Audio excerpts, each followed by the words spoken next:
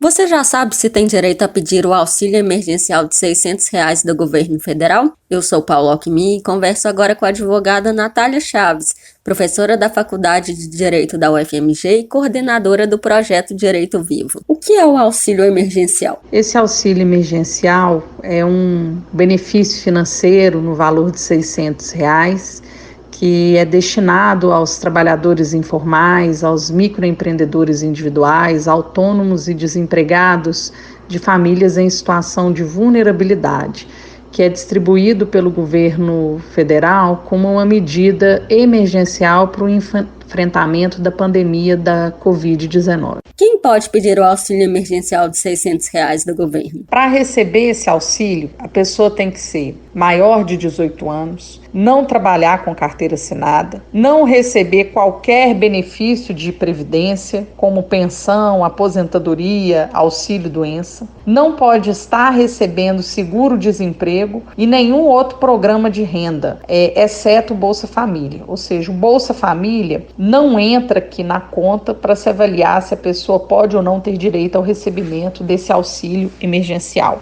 E o mais importante aqui é que a renda familiar mensal não pode ser superior a 3 salários mínimos, ou seja, R$ 3.135, sem contar o Bolsa Família, ou então, cada pessoa que for pedir, tá certo? Não pode ter uma renda superior a meio salário mínimo mensal, ou seja, R$ 522,50.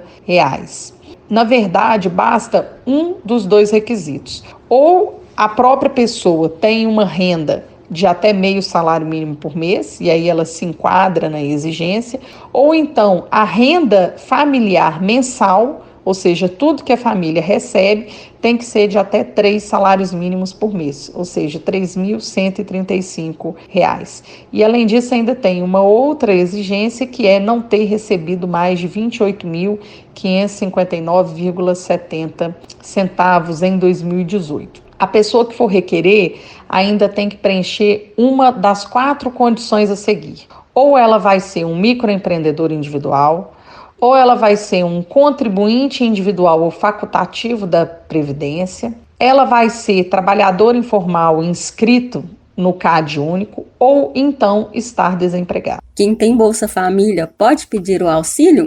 Quem recebe o Bolsa Família pode pedir o auxílio. Na verdade, vai prevalecer o que for maior. Se a pessoa recebe mais de R$ 600 a título de Bolsa Família, então vai prevalecer o Bolsa Família. Se o auxílio for superior ao Bolsa Família, vai prevalecer o auxílio. É importante só colocar que os benefícios não são cumulativos, ou seja, a pessoa ou receberá o Bolsa Família ou receberá o auxílio emergencial, prevalecendo sempre o que for de maior valor. Como fazer o cadastro para receber os R$ 600? Quem não possuir registro no CAD único do governo federal e atender os requisitos, vai ter que realizar um cadastramento para o recebimento do auxílio, seja por meio de site ou por aplicativos que são disponibilizados pela Caixa Econômica Federal. Os endereços onde essa pessoa pode obter esse auxílio podem ser checados no nosso site do Projeto Direito Vivo, www.direitovivo.net. É importante colocar aqui que quem já recebe o Bolsa Família ou tem algum outro benefício de programa governamental, já está inscrito no CAD único e, portanto, não precisará fazer um registro, um cadastro adicional para o recebimento do auxílio emergencial. Até quando dá para fazer esse cadastro? O prazo é indefinido? A lei que trata desse auxílio emergencial é a Lei 13.982 de 2020. Ela não fala do prazo para a realização desse cadastramento e até quando a pessoa pode fazer esse cadastro. Agora, o auxílio emergencial será disponibilizado pelo período de 3 meses, contados aí a partir de 2 de abril de 2020. Então, pode-se entender que o prazo para esse cadastramento estaria atrelado ao prazo desse auxílio emergencial. mas não tem nada previsto a esse respeito. Que cuidado é preciso tomar para não cair em nenhum tipo de golpe relacionado ao auxílio emergencial? Essa questão dos golpes é muito importante, tá? E realmente as pessoas devem tomar muito cuidado para não cair em nenhum tipo de golpe. Daí porque, para fazer o cadastro, checar as informações, é somente por meio dos aplicativos e os sites que são indicados pelo próprio governo federal e pela Caixa Econômica Federal. Não se deve fornecer dados pessoais, como nome, número de CPF, entre outros, para terceiros, tá? E se a pessoa tiver com alguma dificuldade, ou é buscar algum amigo, alguma pessoa da total confiança, ou até mesmo acionar o nosso projeto Direito Vivo por meio do site www.direitovivo.net. Como o governo está fazendo o pagamento dos R$ 600? Para quem já recebia o Bolsa Família, que já possuía um registro no CAD único com as informações de dados bancários, o depósito será realizado, ao menos seria realizado na conta que foi indicada no cadastro, tá? Para quem já tinha conta na Caixa Econômica ou no Banco do Brasil, os depósitos seriam feitos ali.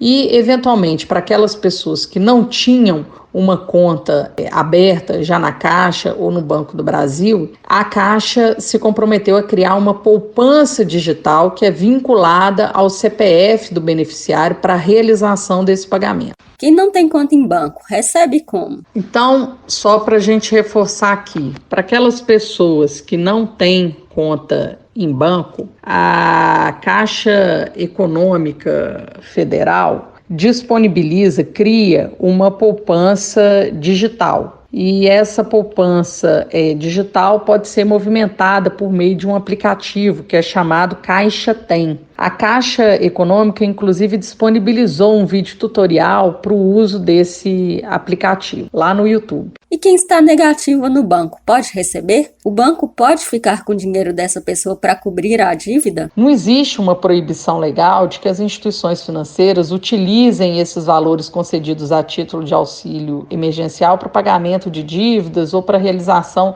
de débitos automáticos que foram autorizados pelo titular da conta. Mas algumas instituições, não todas, fizeram um acordo com o governo comprometendo-se a viabilizar formas de evitar que esse auxílio fosse direcionado para o pagamento de dívidas pré-existentes.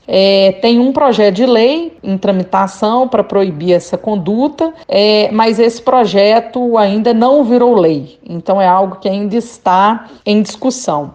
Aquela pessoa que possui uma conta, mas tem receio da ocorrência de desconto dos valores recebidos para quitação da dívida, não deve indicar essa conta para realizar o seu cadastro. E aí, se for o caso, o governo cria uma poupança digital. Complementando ainda essa questão, tá? Para evitar o risco de desconto de valores referentes a dívidas, o valor que é depositado na poupança digital não vai poder ser transferido para uma conta bancária deficitária. E aí o ideal é que a pessoa compareça à Caixa Econômica Federal, seguindo as datas e os procedimentos que são divulgados no site para realizar o saque. Como saber se o pedido de auxílio foi aceito? A informação sobre a aceitação do pedido de auxílio é dada por meio do próprio site disponibilizado pela Caixa, tá? Então, a pessoa que realizou o pedido deve acompanhar o andamento do pedido por meio de acesso ao site, que é o consultaauxilio.dataprev.gov.br. O que tem levado o governo a não aceitar o pedido de auxílio? Os motivos para não aceitação do pedido de auxílio são os mais variados, tá? E normalmente estão ligados ao não atendimento dos requisitos previstos na lei, tá? Acontece às vezes de membros de uma mesma família fazerem cadastros apresentando informações diferentes, vínculo formal de emprego não baixado nos órgãos responsáveis. Então, dando um exemplo, uma pessoa que eventualmente foi demitida e não foi dado baixa na carteira.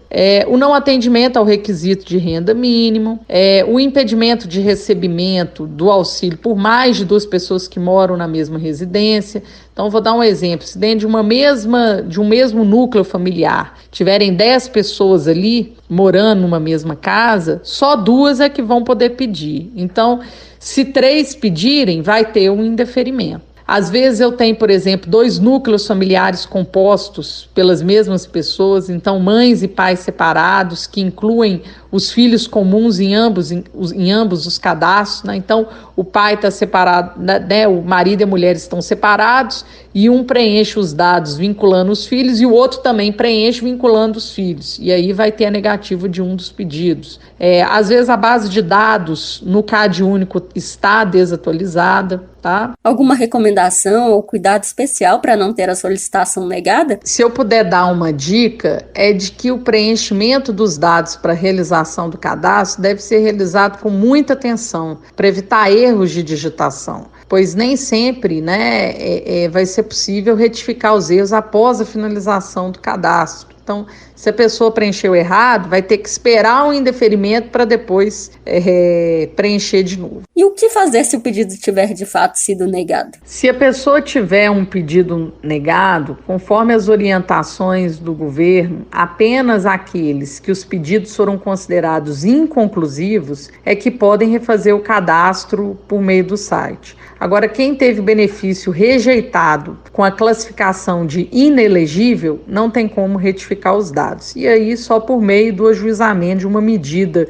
judicial, buscando, por exemplo, uma divisão de assistência judiciária das faculdades, a Defensoria Pública da União. Que tipo de ajuda a divisão de assistência judiciária da UFMG está oferecendo para quem tem dúvidas sobre o auxílio emergencial? O nosso projeto, que é o projeto Direito Vivo, é um projeto de extensão que está vinculado à divisão de assistência judicial da UFMG. E seja por meio do site nosso ou por meio do WhatsApp, a gente oferece um canal de atendimento e de divulgação de informações relacionadas ao auxílio emergencial. E aquelas pessoas que também estão tendo dificuldades na realização de um cadastro, num recadastramento, ou não estão entendendo por que houve um indeferimento, por que está demorando a receber uma resposta, nós tentamos auxiliar com os esclarecimentos, auxiliar no passo a passo para a realização do cadastro. Como falar com vocês para pedir ajuda? As pessoas podem enviar perguntas por meio do preenchimento de um formulário no nosso site, que é o www.direitovivo.net, e ainda por meio de 2 linhas de WhatsApp, todas de DDD 31. A primeira delas é a 984387077 ou 999234677.